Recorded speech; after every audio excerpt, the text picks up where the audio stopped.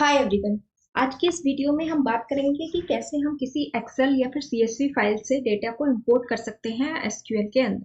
तो अभी मेरे पास एक कस्टमर डेटा की सीएसवी फाइल है जिसके अंदर ये 9 कॉलम्स हैं। Customer ID, first name, last name, email, gender, city, salary, department and joining date. इसके अंदर अभी 15 रोज हैं। तो चलिए हम देखते हैं कि कैसे हम इस फाइल को इंपोर्ट कर सकते हैं एसक्यूएल के अंदर। तो देखिए, फाइल को इंपोर्ट करने से पहले अभी हमें एक एम्प्टी टेबल क्रिएट करनी है विद ऑल द कॉलम्स। मैंने यहाँ पे सारे कॉलम्स दे दिए हैं जो भी मैं इंपोर्ट करना चाहती हूँ सीएसवी फाइल से। और अगर हम सभी कॉलम्स को नहीं इंपोर्ट करना चाहते हैं तो हम जो भी कॉलम इंपोर्ट करना चाहते हैं वो कॉलम नेम दे सकते हैं। तो चलिए टेबल को क्रिएट करते हैं। टेबल हमारी क्रिएट हो गई है। तो अभी देखते हैं कि टेबल कैसी दिखती है।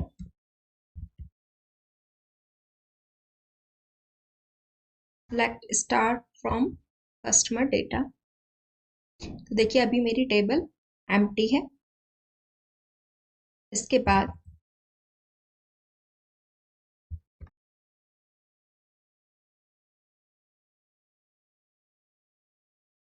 तो देखिए, फाइल को इंपोर्ट करने के लिए मुझे ये कोड लिखना पड़ेगा, मतलब कि कॉपी कर रहे हैं हम कस्टमर डेटा के अंदर, और जो भी कॉलम्स के अंदर मैं अपना डेटा चाहती हूँ वो कॉलम्स के नेम मुझे दे देने हैं।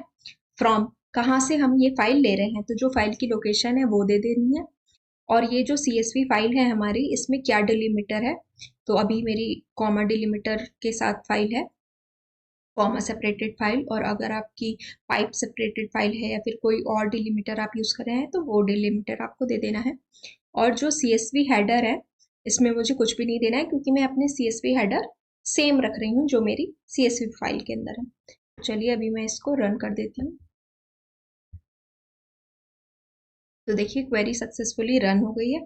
अब मैं देखती हूँ कि मेरी कस्टमर डेटा के अंदर क्या वैल्यूज है। तो देखिए मैं देख सकती हूँ कि सारे ही कॉलम्स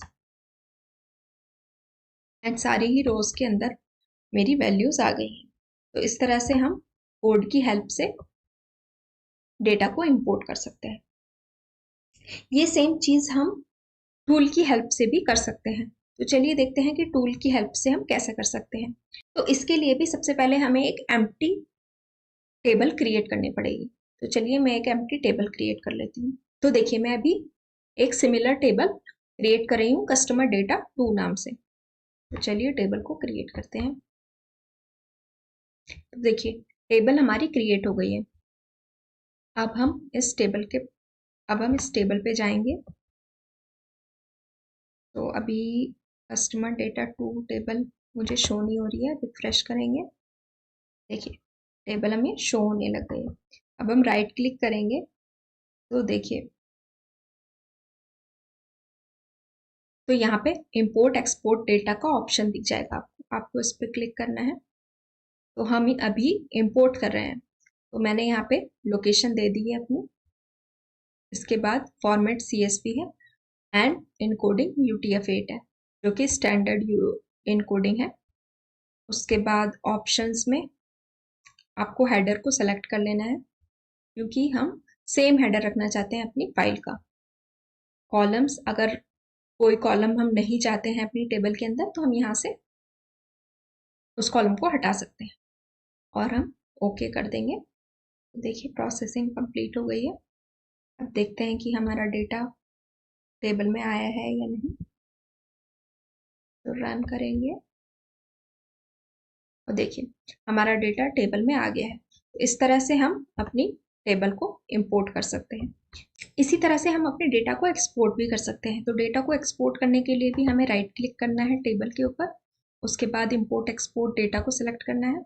उसके बाद हमें एक्सपोर्ट पे सेलेक्ट करना है और इसके लिए हम अपनी टेबल का कोई भी नाम दे सकते हैं, XYZ विद लोकेशन। और जो भी हमें फॉर्मेट रखना है CSV टेक्स्ट, वो फॉर्मेट हम रख लेंगे और यहाँ पे ओके कर देंगे। तो अब हमारी XYZ.CSV नेम से एक फाइल क्रिएट हो गई होगी इस टेबल के लिए। तो इस तरह से हम अपने डेटा को एक्सपोर्ट भी कर सकते हैं। तो चलिए आज की वीडियो को यहीं पे ख़त्म करते हैं। अगर आपको मेरी ये वीडियो पसंद आई है तो please subscribe to my channel. मिलते हैं आपसे नेक्स्ट वीडियो में। Thank you.